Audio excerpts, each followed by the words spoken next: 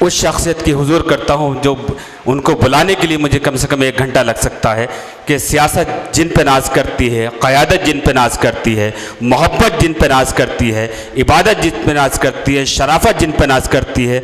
मैं एक बात ये कहना चाहता हूँ, बहुत सारी खूबियाँ हैं, लेकिन एक ऐसी शख्सियत तकरीबन हम आज़ादी के बाद जो हमारे अज़ाज थे तमाम वो लोग, उसके बाद अगर पूरे हिंदुस्तान में वाहिद एक मोतबर शख्सियत है तो वाहिद पूरे हिंदुस्तान में तमाम खूबियों के हामिल मोहतरम अबू आसिम आज़मी साहब हैं कि सूरज सितारे चाँद मेरे साथ में रहे जब तक तुम्हारे हाथ मेरे हाथ में रहे, तुम शहर लूट कर भी महज़्ज़ब बने रहे, हम बेगुनाह थे तो हवालात में रहे, शाखों से टूट जाए वो पत्ते नहीं हैं हम, कोई आंधियों से कह दो वो औकात में रहे। आइए पुरजोर तालियों से इस्तकबाल करते हैं पूरे हिंदुस्तान नहीं पूरी दुनिया की वो अज़ीमुल मर्तबा शख्सियत मोहतरम अबू आसिम आज़मी साहब।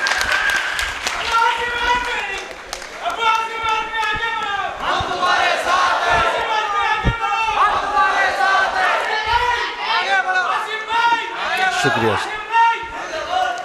आज जिस मिल्ली तहरीक के जलसे की सदारत कर रहे मोहतरम मुफ्ती खलीलुर रहमान साहब, जनाब परवेज़ सिद्दीकी साहब, समाजवादी पार्टी के इस नांदेड़ महानगर के अध्यक्ष मिर्ज़ा नवाब बेग साहब,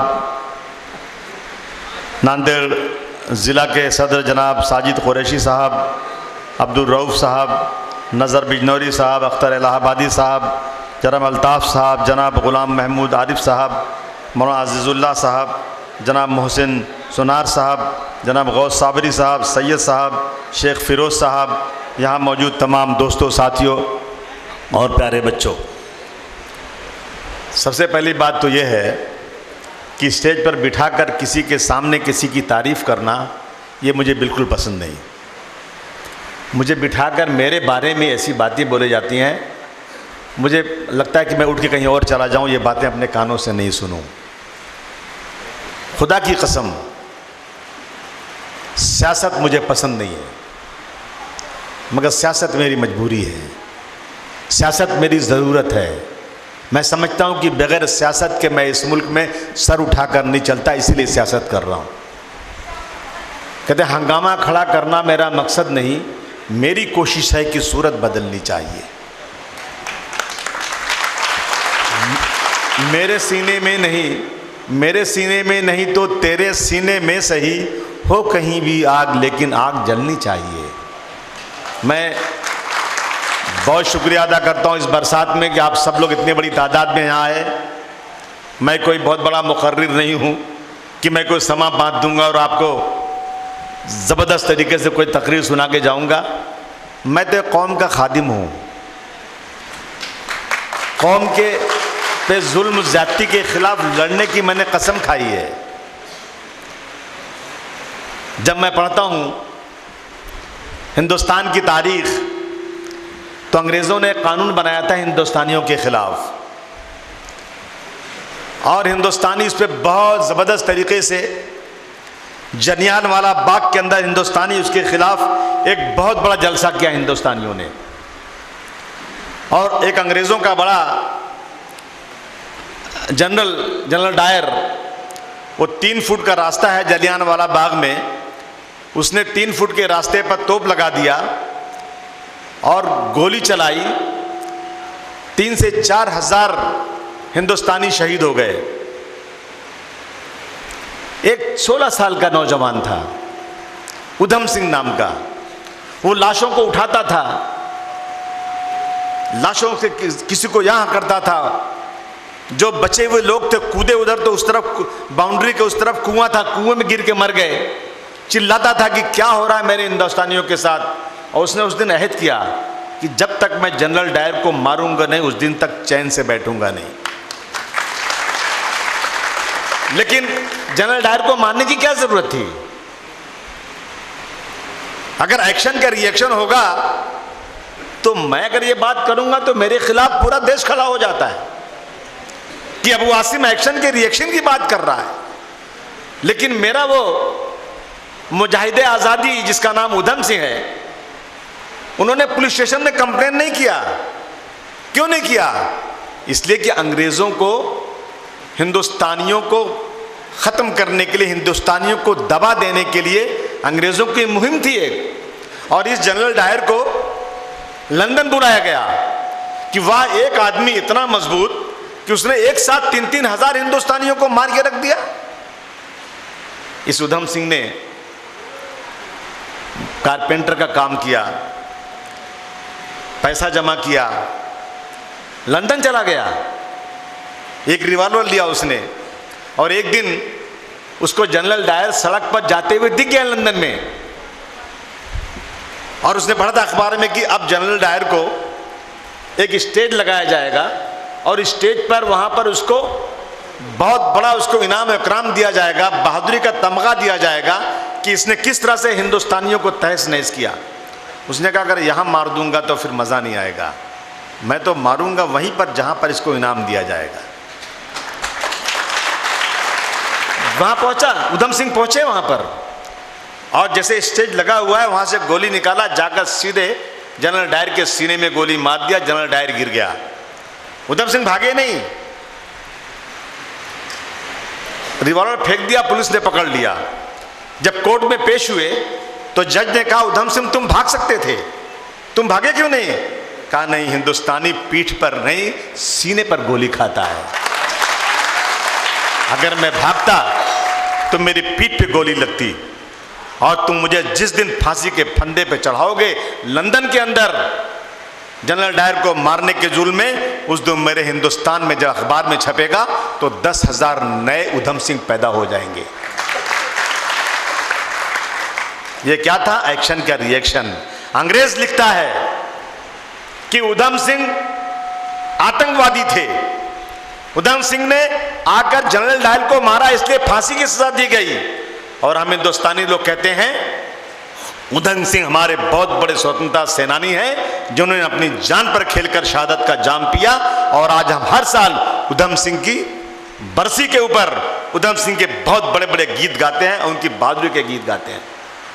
मुझे बताइए आप लोग इंसाफ के साथ, मैं सरकार से पूछना चाहता हूं कि आज अगर आप गौ रक्षक के नाम पर हमारे नौजवानों को नंगा करके मार रहे हो,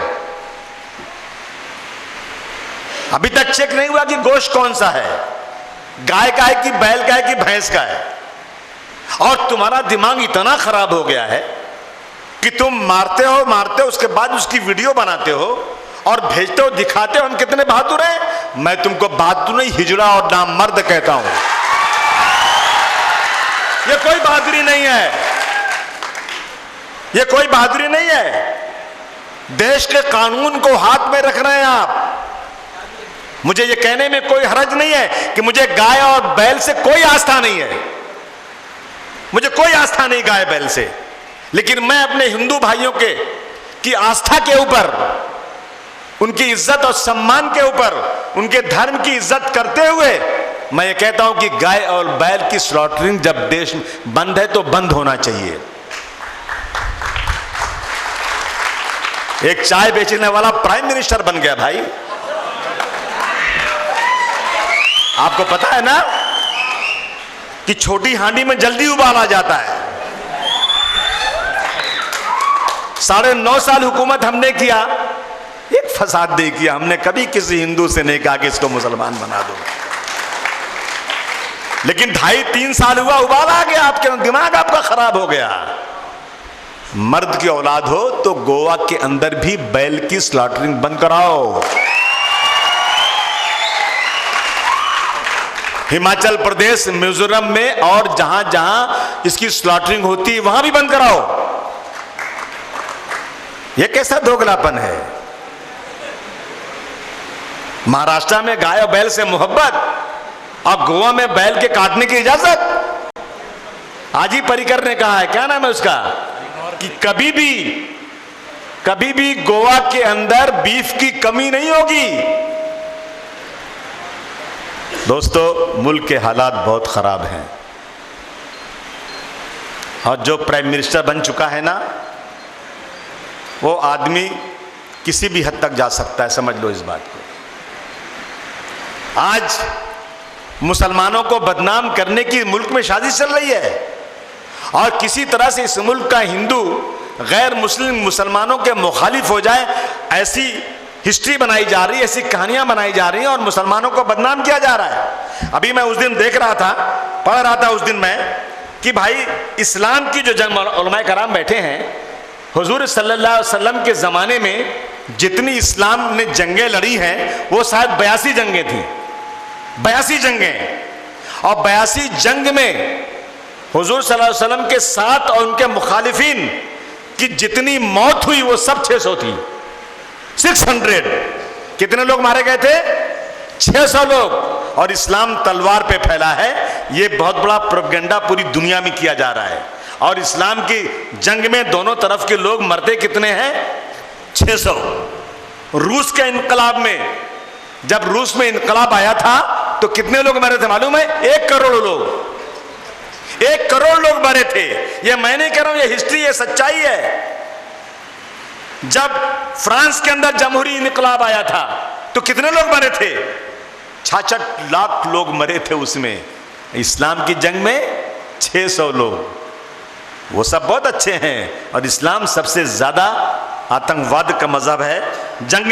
पहली जंग अजीम, पहली वर्ल्ड वॉर में मरने वाले 73 लाख लोग, दूसरी जंग अजीम में 1 करोड़ 6 लाख लोग, और उसके बाद भी इस्लाम को बदनाम करने की साजिश की जा रही है। यह हो रहा है मुल्क के अंदर आज। इसको कैसे दूर किया जाए? इस गलत फहमी को कैसे खत्म की जाए? करना चाहिए कि नहीं ये खत्म? इसको खत्म करना चाहिए कि नहीं करना चाहिए? छोटे छोटे बच्चे जिनकी उम्र 6 साल की है, 5 साल की है, मेरे पास वीडियो है, कह रहा है कि हम लोग मुसलमान हमारे मुल्क में हमारी लड़कियों को ख़राब कर देता है, मुसलमान हमारे मुल्क में जो है आतंकवाद फैला रहा है, इसलिए हम जो है मुसलमानों से लड़ने के लिए लाठी चलाना सीख रहे हैं, बंदूक चलाना। अरे वो औरतें बेचारी जो चूड़ी का बोझ नहीं उठा सकती, वो बंदूक लेकर ट्रेनिंग कर रही हैं। किसके लिए भाई? किसके लिए कर रहे हो? अमरनाथ यात्रा में हमला हुआ है ना? नरेंद्र मोदी जब से आए हो, रोजाना जब अखबार उठाता हूं, सुबह सबसे पहली ये खबर होती है कि आज कश्मीर के अंदर हमारे 5 सिपाही मारे गए, हमारे 5 फौजी हलाक हो गए। आतंकवाद का बढ़ता हुआ रोजाना नजारा टेलीविजन पर कश्मीर में देख रहे हैं कि नहीं देख रहे हैं आप? रोजाना। अब हिंदू धर्म में बेचारे जा रहे हैं पूजा करने। 1850 के अंदर ये जो वहां पूजा करने जाते हैं, वो अमरनाथ यात्रा में, वहां जो शिवलिंग मिला था 1850 में एक चौराहे ने उसके दरियाफ्त किया था, वो मुसलमान था। एक मुसलमान ने, ये हिस्ट्री है, एक कश्मीर के मुसलमान ने 1850 में उस शिवलिंग को ढूंढकर बताया था हिंदू भाइयों को। जब से वहां पर पूजा शुरू हुई है और उसका जो चढ़ावा चढ़ता है उसका एक हिस्सा उस मुसलमान को भी आता है। अब वहां पाकिस्तान किसने, आतंकवादियों ने हमला कर लिया तो संजय राउत बोलता है कि मुसलमानों की हज की फ्लाइट को जाने से रोक देंगे। संजय राउत, तू बच्चा है, कीड़ा है, याद रख लेना। अगर तू मर्द की औलाद है ना तो जितनी ट्रेनिंग किया है ना आरएसएस ने पूरे मुल्क में, सबको लेकर चला जा कश्मीर में। और जो तीर्थ यात्री है ना, उन तीर्थ यात्रियों की हिफाजत करो, लड़ो उन आतंकवादियों से, तब मैं समझूंगा तुम मर्दो। नहीं तो सिर्फ समझूंगा बनट घुड़किया देकर अपने वोट को सीधा करना चाहते हो। ये हो रहा देश के अंदर आज। कौन सी मर्दानगी है ये?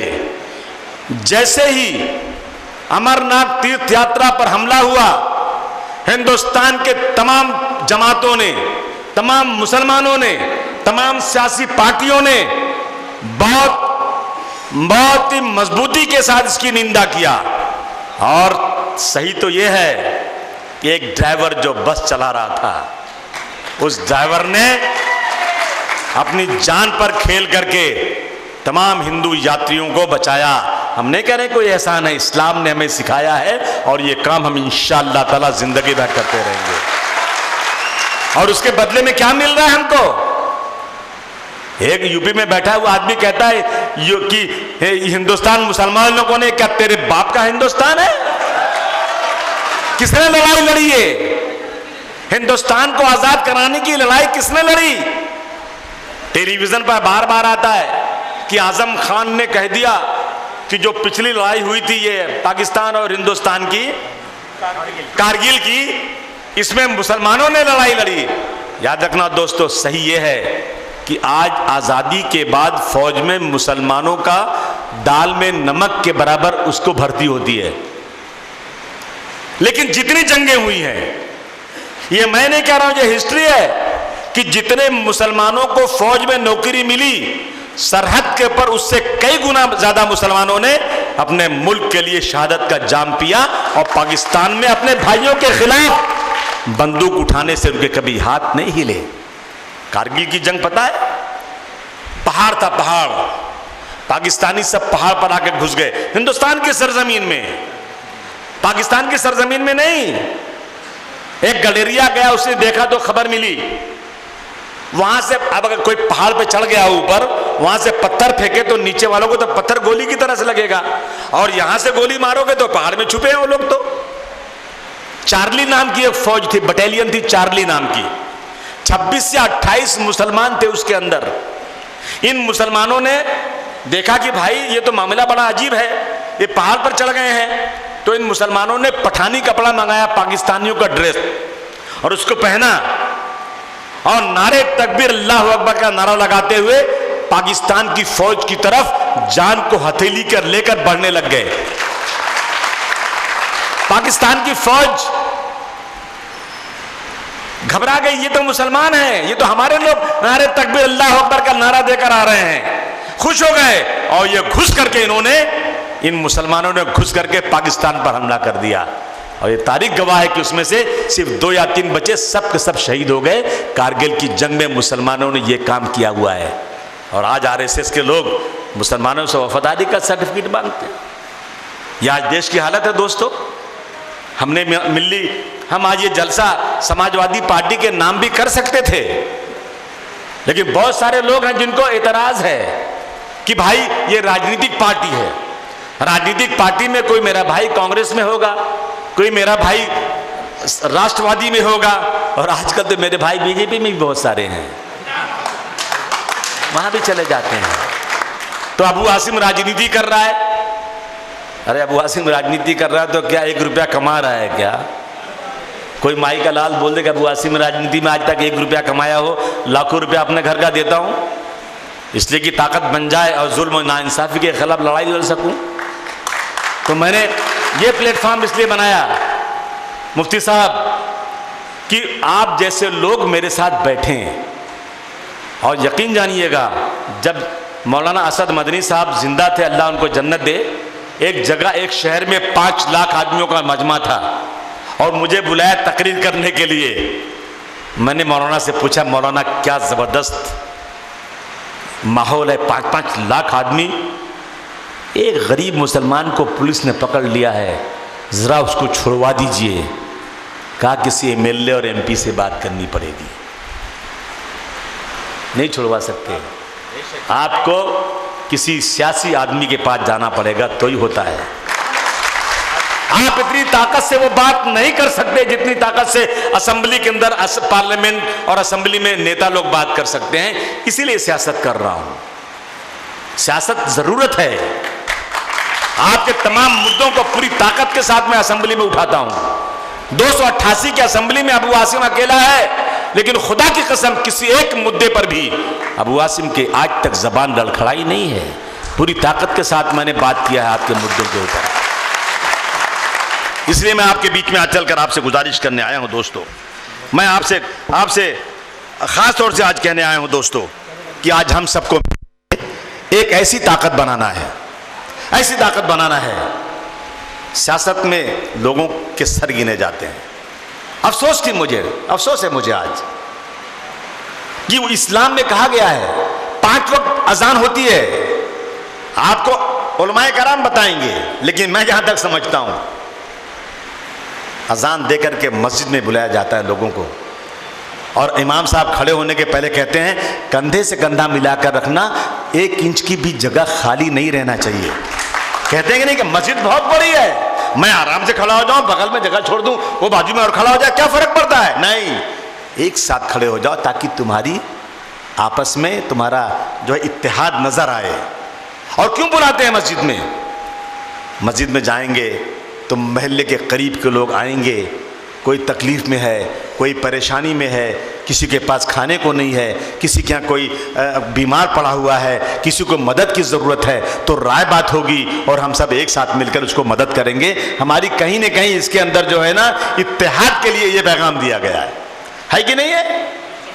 एक जुमा होता है, महल्ले के लोग बड़ी मस्जिद में आ जाते हैं, ज़्यादा मेल जो नज़र आता है। उसके बाद एक ईद की नमाज होती है, उसमें और लोग जमा हो जाते हैं, और उसके बाद एक हज होता है, पूरी दुनिया के मुसलमान इकट्ठा हो जाते हैं, आओ एक दूसरे का हालचाल जाने क्या हालचाल है। लेकिन अफसोस कि आज हिंदुस्तान में एक भी हमारे पास ऐसा लीडर हमने नहीं माना। अब ये कहेंगे है नहीं, गलत है, बहुत है। मैं नहीं हूं, मैं तो किसी के लीडर के पैर के धूल के बराबर भी मेरी हैसियत नहीं है। मैं अपने आप को लीडर नहीं, मैं अपने आप को खादिम कहता हूं। लेकिन एक सच्चा आदमी चाहिए हमें इस मुल्क के अंदर, जो कहे कि अबू आसिम कूद जा, तो अबू आसिम को सोचने की जरूरत नहीं है, क्योंकि उस लीडर ने कह दिया ना तो मैं कूद जाऊंगा, अंजाम जो होगा देखा जाएगा, क्योंकि मेरे लीडर ने कहा कूद जाओ तो मैं कूद जाऊंगा। 2 आदमी हैं, एक को अमीर बना लो। कोई भी काम है, जमात निकलती है तो एक आदमी अमीर होता है, उससे पूछो क्या करना भाई, मैं ये काम करने जा रहा हूं, हाँ जाओ। सबसे नहीं पूछा जाता, सबसे पूछते हैं क्या? अमीर से पूछते हैं। बताइए अगर आज एक अमीर मेरा हो जाए पूरे मुल्क में, और अमीर अपने लोगों से, अपने रुफ़क़ा से मशवरा कर ले और उसके बाद एक ऐलान कर दे कि जाओ मुसलमानों तुमको ये काम करना है, और वो छाती ठोक कर कह दे जाकर नरेंद्र मोदी से कि मोदी इतने लाख इतने करोड़ मेरे साथ हैं, अगर तू एक निज़ाम बदली नहीं करेगा तो मैं तेरे खिलाफ सड़कों पर ऐसा हंगामा करूंगा कि तेरी ताकत नहीं कि तू सड़क पर चल जाए। तो क्या अंजाम होगा बताओ मुझे? बजाओ नांदेड़ वालों, तंबू में घबराहट होगी कि नहीं होगी? हो जाएगी। अगर ये हो गया ना तो याद रखना, फिर किसी की मां ने दूध नहीं पिलाया है, मेरे किसी बेगुनाह को जेल की सलाखों के पीछे डाल। मैं बहुत रोया उस दिन जिस दिन मालेगांव के में 32 लोग मारे गए, शहीद हुए, मस्जिद में ब्लास्ट हुआ था। उसके बाद गिरफ्तारियां हुई, उन गिरफ्तारियों में एक इमाम को गिरफ्तार किया गया, जो इमाम मालेगांव से 450 किलोमीटर दूर नमाज पढ़ा रहा था। ये पुलिस के लोगों ने कहा कि इसी ने साइकिल पर आदेश रखा। मैंने जाकर के एटीएस के चीफ से कहा कि साहब 400 किलोमीटर दूर 150 नमाजी को नमाज पढ़ा रहा है, गैर मुस्लिम भी गवाही कर रहा है कि ये आदमी वहां नहीं था, तो साइकिल पर आदेश कैसे रखेगा? आप एक बार अपना दिमाग सही कीजिए, फिर गिरफ्तार। हमारे पास पूरी रिपोर्ट है, हम मुल्क चलाते हैं। गिरफ्तार कर लिया, बहुत चिल्लाए हम लोग कि गलत है, मरने वाला मुसलमान, मारने वाला मुसलमान। जिनके घर के लोग शहीद हुए थे उन्होंने हलफनामा कोर्ट में दिया कि सर हम इन लोगों को नहीं मानते मुजरिम, गलत पकड़ा है आपने। कोई सुनने को तैयार नहीं। मैं पार्लियामेंट में था, मालेगांव के तमाम उलमाए कराम, तमाम लोग दिल्ली आए, आर पाटिल, शरद पवार, मुलायम सिंह, राहुल गांधी, सोनिया गांधी, शिवराज पाटिल, सबसे मिले कि सीबीआई की इंक्वायरी करा दो। बहुत मेहनतों के बाद सीबीआई की इंक्वायरी जारी हो गई। इंतजार था कि दूध का दूध पानी का पानी हो जाएगा। सीबीआई की इंक्वायरी जिस दिन आई उस दिन हमारे पैर के नीचे से जमीन निकल गई। सीबीआई ने कहा नहीं, यही लोग कसूरवार हैं जो पकड़े गए हैं। बिल्कुल जो एटीएस ने पकड़ा है, रघुवंशी की टीम ने पकड़ा है, वो सही गिरफ्तार किया है। कोई रास्ता नहीं हमारे पास। 9 लड़कों को फांसी के फंदे पर चढ़ाने का पूरा बंदोबस्त सरकार कर रही थी। सुन लो मुसलमानों, महमूद नाम का एक लड़का जो हैदराबाद की जेल में बंद था, मक्का मस्जिद पे ब्लास्ट करने के जुर्म में असीमानंद नाम का एक आदमी आरएसएस का, जो ब्लास्ट के केस में वो भी जेल में बंद था, ज़ईफ आदमी, बुजुर्ग आदमी। महमूद ने देखा कि ये बुजुर्ग आदमी है तो मुसलमानों का दुश्मन आरएसएस वाला, ये भी ब्लास्ट में बंद है, जाने दो, जो भी हो होने दो उसको, लेकिन ये बुजुर्ग है, ज़ईफ है, और मेरे मजहब ने सिखाया है कि बुजुर्गों की इज्जत करो। जब अल्लाह ताला हिसाब लेगा तो सफेद दाढ़ी वालों के साथ रियायत होगी ना थोड़ी सी, क्योंकि बुजुर्ग हैं ये। उस महमूद ने इस्लाम के बताए हुए रास्ते के मुताबिक उस असीमानंद की बड़ी इज्जत किया जेल के अंदर, उसका कपड़ा धुल देता, उसको खाना लगा देता। जेल बैरिक में तो मैं रह चुका हूं 1 साल तक, मुझे मालूम है कि जेल में हालात क्या होती है। इस असीमानंद के दिल में एक इंसान जागा कि भाई ये लड़का मुसलमान का है, इसको मक्का मस्जिद के ब्लास्ट में पकड़ा गया है, लेकिन मैं जानता हूं हकीकत क्या है, क्योंकि मक्का मस्जिद का ब्लास्ट हो या अजमेर शरीफ का ब्लास्ट हो या मालेगांव का ब्लास्ट हो या मोडासा का ब्लास्ट हो या वो ट्रेन समझौता एक्सप्रेस का ब्लास्ट हो, इन सारे ब्लास्ट में मुसलमानों ने कहीं कोई काम नहीं किया है, ये सब के सब भगवा ब्रिगेड ने किया है। ये किसको मालूम था? असीमानंद को। और असीमानंद एक दिन तारीख पे गया कोर्ट में, मजिस्ट्रेट के सामने उसने अपना बयान दर्ज करा दिया कि सर, जो लड़के मुसलमान के पकड़े गए हैं ये सब बेकसूर हैं, कसूरवार भगवा ब्रिगेड के फलाने फलाने फलाने लोग हैं। जमीन फट गई, आसमान फट गया, चारों तरफ हलचल मच गई। बहुत कोशिश हुई आरएसएस वालों की असीमानंद के स्टेटमेंट को बदली करा दिया जाए, लेकिन मजिस्ट्रेट के सामने दिया हुआ स्टेटमेंट बदली नहीं होता। आपने सुना होगा सीबीआई एक टीम थी जो इंक्वायरी करती थी, आपने एनआईए का नाम पहले कभी नहीं सुना होगा। नई टीम बनाई गई एनआईए की, और एनआईए ने इंक्वायरी किया। इंक्वायरी करने के बाद क्या हुआ कि सब के सब मालेगांव के लड़के बेकसूर छूट कर आ गए। एटीएस ने इंक्वायरी में कसूरवार, सीबीआई ने इंक्वायरी में कसूरवार, लेकिन असीमानंद के बयान से सब छूट गए। बताओ नांदेड़ वालों, हिंदू और मुसलमान की एकता में ताकत है कि नहीं? बताओ। मैं चाहता हूं कि मेरे आपकी इस मिल्ली तहरीक के जरिए हम मुल्क में एक ऐसी तहरीक चलाएं कि जो हिंदुओं के बीच में गलत फहमी फैलाई जा रही है, वो गलत फहमी दूर हो जाए। हम बता दें कि शहादत का जाम पीने वालों में मुसलमान 1 नंबर पे था। हिंदू भाइयों को समझा दें हम। हिस्ट्री के पन्ने, हिस्ट्री में गलत फहमी फैलाई जा रही है। हम बता दें कि पूरे हिंदुस्तान में लव जिहाद नाम से कोई चीज नहीं है, और कोई भी मुसलमान कभी नहीं चाहता कि उसकी लड़की या लड़का किसी गैर मुस्लिम में जाकर शादी करे। अब लड़के साले बदमाश हो जाए तो माँ बाप क्या करें? बोलो ना भाई, लड़के जाके हिंदू लड़की से शादी कर ले। मुझे नहीं लगता कि हिंदुस्तान का कोई मुसलमान ये चाहता होगा कि मेरा लड़का कोई गैर मुस्लिम लड़की से शादी करे। कोई चाहता होगा? कभी नहीं चाहता। भारत माता की जय। भारत माता की जय। हाँ बोल देता हूँ भाई साहब, कितना बोलूँ? तो ये होता है, ये गलत फहमी। मैं चैलेंज के साथ कहता हूं, पूरे हिंदुस्तान में कोई एक जगह कोई बता दो कि मुसलमानों ने कोई तंजीम बनाया हो जिसमें ऑर्गेनाइज किया गया हो कि जाओ मुसलमानों, हिंदुओं की लड़कियों को पटाओ और शादी करो, इनको मुसलमान बनाओ। एक बता देगा ना, खुदा की कसम मैं जिंदगी भर उनकी गुलामी करने को तैयार हूं।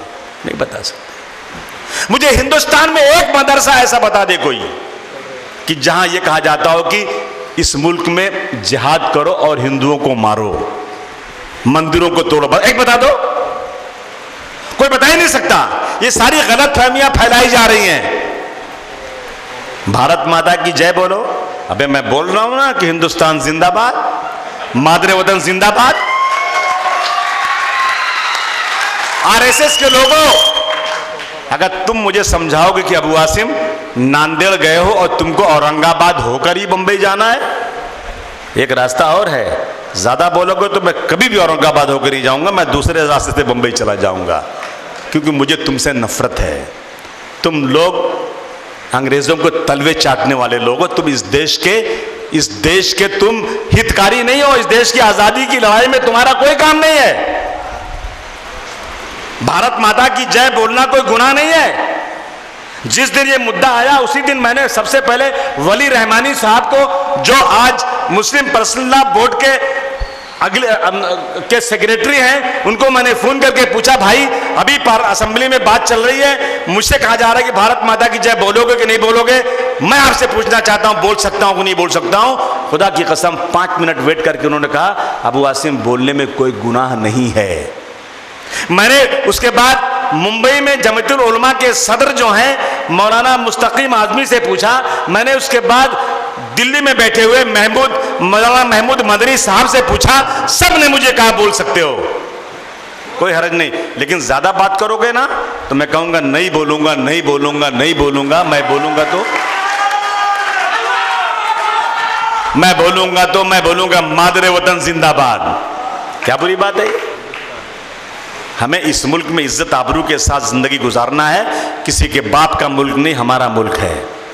हम इस मुल्क में इत्तेहाद चाहते हैं, इस मुल्क में भाईचारगी चाहते हैं, इस मुल्क में हर कौम और मिल्लत के लोग मिलजुल कर रहे हैं आपस में। यही तो इस्लाम सिखाता है। मेरे पास टाइम बहुत कम है क्योंकि अभी सदर साहब को बोलना है 10 बजे जलसा बंद करना है।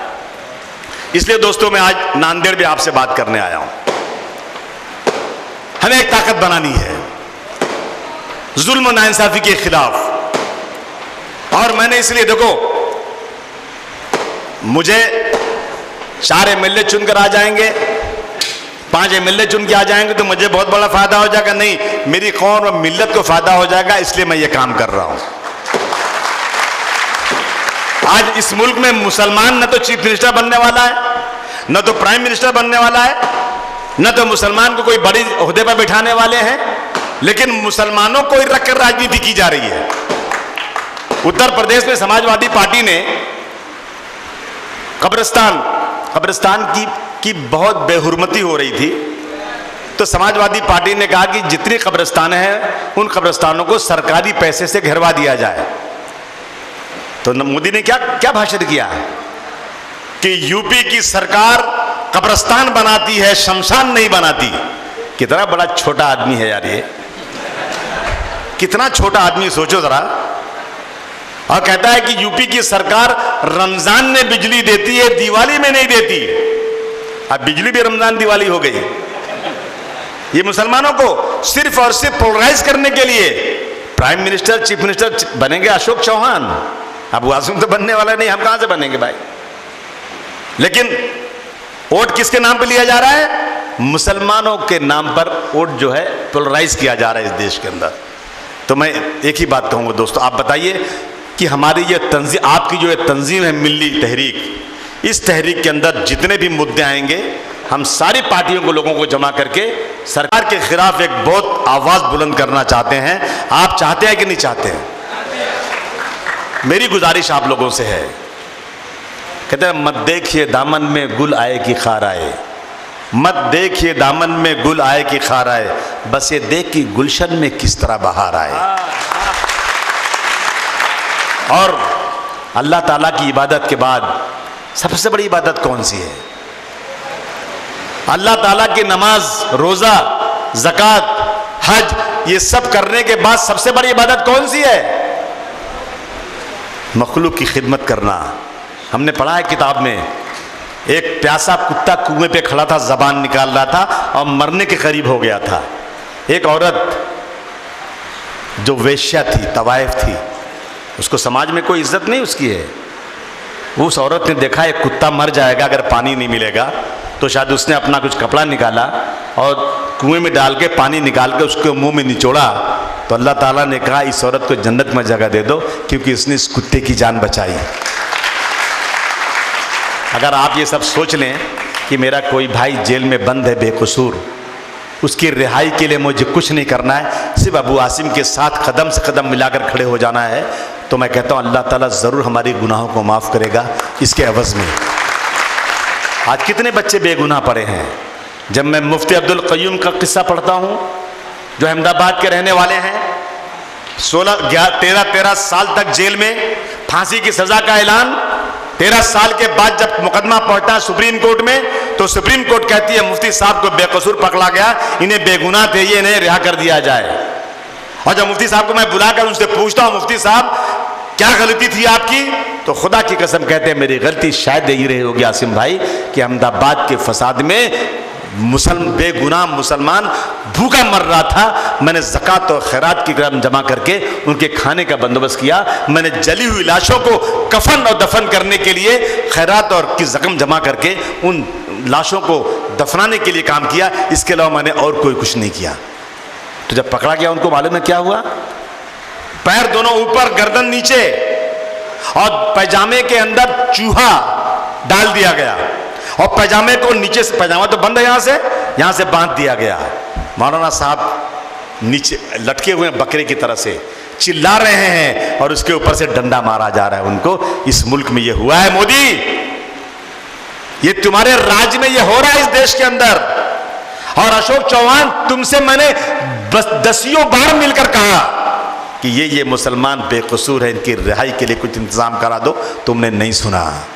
याद होगा तुमको मैं तुम्हारे पास कितनी बार गिड़गिड़ाते हुए आया कि ये बेकसूर हैं, और अल्लाह का करम है सच्चाई सामने आ गई, सब के सब बेकसूर छूट कर आ गए। और फिर इलेक्शन आएगा, आप कहेंगे एक तरफ मोदी कंपनी है, एक तरफ राहुल गांधी कंपनी है, मोदी के लोग बहुत बड़े फिरका परस्त हैं, तो फिर राहुल गांधी को वोट दे दो और फिर कांग्रेस की सरकार बना दो और फिर कांग्रेस की सरकार आएगी। ये लड़के जो पकड़े गए थे सब कांग्रेस की सरकार में भी पकड़े गए थे, इनको भी कहीं से इंसाफ नहीं मिला था। मुझे इतनी ताकत दे दो कि इनकी सरकार बने तो नकेल मेरे हाथ में आ जाए। खुदा की कसम, एक तरफ करोड़ों रुपए होगा, एक तरफ मंत्री का पद होगा, मैं अपने मां बाप की कसम खाकर कहता हूं सब ठुकरा दूंगा, बर्बाद कर दूंगा, लेकिन जब तक मुसलमानों को इंसाफ नहीं मिलेगा मैं चैन से बैठूंगा नहीं। तुमको इस बात का ऐलान कर रहा हूं।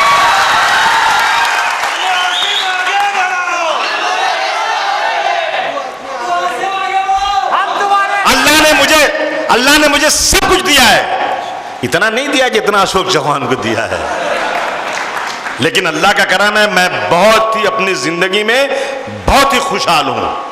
मैं दिन भर काम नहीं करूं, घूमते रहूं, कौम की आवाज उठाते रहूं, तो भी मेरे बाल बच्चे इंशाअल्लाह भरपेट खाना खा लेंगे। मुझे कुछ काम करने की जरूरत नहीं है, मुझे किसी पैसे की जरूरत नहीं, मुझे सिर्फ और सिर्फ इंसाफ चाहिए। सच कहूं मुझको वो इंसान बुरा लगता है, सच कहूं मुझको वो इंसान बुरा लगता है, और हाथ फैलाए मुसलमान बुरा लगता है। इसलिए आज आया हूं नांदेड़ के लोगों, गुजारिश करता हूं आपसे, भीख मांगना मेरा काम रह गया है। अबू आसिम को मदद कर दो, अबू आसिम को मदद कर दो, तो मुझे बड़ी शर्म आती है यार, मैं कितना कमजोर आदमी हूं यार। मैं हर जगह जाके भीख मांगता रहता हूं, कोई गाली दे देता है, कोई भगा देता है, तो फिर मैं एक शेर पढ़ता हूं, अपनी कौम के नाम बुरा मत मानना। अजीब लोग हैं पहले हवाएं मांगते हैं, और हवा चले तो हवा से पनाहें मांगते हैं। अजीब लोग हैं पहले हवाएं मांगते हैं, और हवा चले तो हवा से पनाहें मांगते हैं। चिराग खुद ही बुझाते हैं अपने दामन से, चिराग खुद ही बुझाते हैं अपने दामन से, और चिराग बुझने लगे तो दुआएं मांगते हैं। मेरा कमिटमेंट है। गालियां सुनता हूं, मैंने पढ़ा सर सैयद अहमद साहब का, कह रहे मेरी कौम डूब रही थी, मैं घुस गया अंदर, उनका सर तक पानी आ गया था, मैं उनको बचा रहा हूं, वो मुझे गाली दे रहे हैं। मैं फिर पीछे हटता हूं, फिर आगे जाता हूं, देख रहा हूं मेरी कौम के लोग अपना हाथ मुझसे छुड़ाकर मगरमच्छ के मुंह में हाथ डाल रहे हैं। फिर मैं कहता हूं मत जाओ, वो रास्ता गलत है। फिर मैं सोचता हूं मेरी इस कौम ने तो नबियों और वलियों को नहीं बख्शा, मैं तो उनके चप्पल के धूल के बराबर नहीं हूं, और ये सोचकर आगे बढ़ता हूं। कहते हैं ना, बेहुनर बनकर रहो तो ताने हाली सुनो, बेहुनर बनकर रहो तो ताने हाली सुनो, बाहुनर बनकर रहो तो कौम की गाली सुनो। लेकिन अबू आसिम कुत्ते भूखते रहेंगे, अबू आसिम चलता रहेगा इंशाअल्लाह ताला, रुकेगा नहीं। आज मुझे फोन आया एक हिंदू महासभा का उत्तर प्रदेश से, कहा कि तुमने ऐसा भाषण किया, एक्शन का रिएक्शन हम देख लेंगे। मैंने कहा तू क्या देखेगा लल्लू, तेरे बाप भी नहीं देख सकते मुझे। मेरे बेटे को फोन किया, फरहान को, उसका फोन आया मुझे कि मुझसे बात करके बोला कि 25 करोड़ मुसलमान हम 5 करोड़ कर देंगे, तो उसने भी उनको खोरी खोरी सुना दिया। रोज फोन पे गालियां दी जा रही हैं। क्या बिगाड़ा है हमने आपका भाई? लेकिन ठीक है, हम डरने वाले लोगों में से नहीं हैं। नर्म लहजा है मेरा, तू मुझे बुज़दिल न समझ। नर्म लहजा है मेरा, तू मुझे बुज़दिल न समझ। यही लहजा कभी तलवार भी बन सकता है। इसलिए दोस्तों साथियों, मैं आज आप नांदेड़ शहर में आपसे गुजारिश करने आया हूं कि आप मिल्ली तहरीक के मेंबर बन जाइए। मेंबर बन के हमारी तंजीम को मजबूत कीजिए, और जब मैं आवाज़ लगाऊं तो मरते हुए सराब की तरह मेरे पीछे आके खड़े हो जाइए। मैं आपको यकीन दिलाता हूं, गोली चलेगी तो सबसे पहले अबू आसिम की छाती पर जाएगी, उसके बाद आपको रुकेगी। मैं जीते जी खुदा की कसम पूरी कोशिश करूंगा कि आपके बाल को भी बांका ना होने पाए। मेरा जो होगा वो अल्लाह मालिक है, लेकिन आपका साथ मुझे दरकार है इस लड़ाई लड़ने के लिए। बिना आपके साथ ये लड़ाई मैं नहीं लड़ सकता। इस लड़ाई को लड़ने के लिए आज डेमोक्रेसी में आपके बगैर ये लड़ाई नहीं लड़ी जा सकती। इसलिए आज आपके बीच में आया हूँ आपसे गुजारिश करने के लिए कि आप सब इकट्ठा होकर के इस हमारी तंजीम को मजबूत बनाइए। इस तंजीम से हम हिंदुस्तान में हिंदू और मुस्लिम की एकता, भाईचारगी को इंशाल्लाह फ़रोग देंगे। और इंशाल्लाह बहुत जल्द वो दिन आएगा कि आरएसएस के लोग जिस तरह से नफरत फैला रहे हैं, इंशाल्लाह उनकी दुकान बंद हो जाएगी, उनका कारोबार बंद हो जाएगा, और हम सब हिंदू मुसलमान आपस में मिलकर भाईचारगी फैलाकर इस हिंदुस्तान को पुरानी सोने की चिड़िया बना देंगे। ये हमारा सपना है। 1 लाख कदम चलना है तो पहला कदम तो चलना पड़ता है। चलिए इंशाल्लाह, अगर नीयत सही है तो इंशाल्लाह अल्लाह ताला मदद ज़रूर करेगा। बहुत बहुत शुक्रिया, खुदा हाफिज़। मैं मुफ्ती साहब को आवाज़ दे रहा हूँ, मुफ्ती साहब आ जाएं। आइए, टाइम है, टाइम कोई बात नहीं, आइए।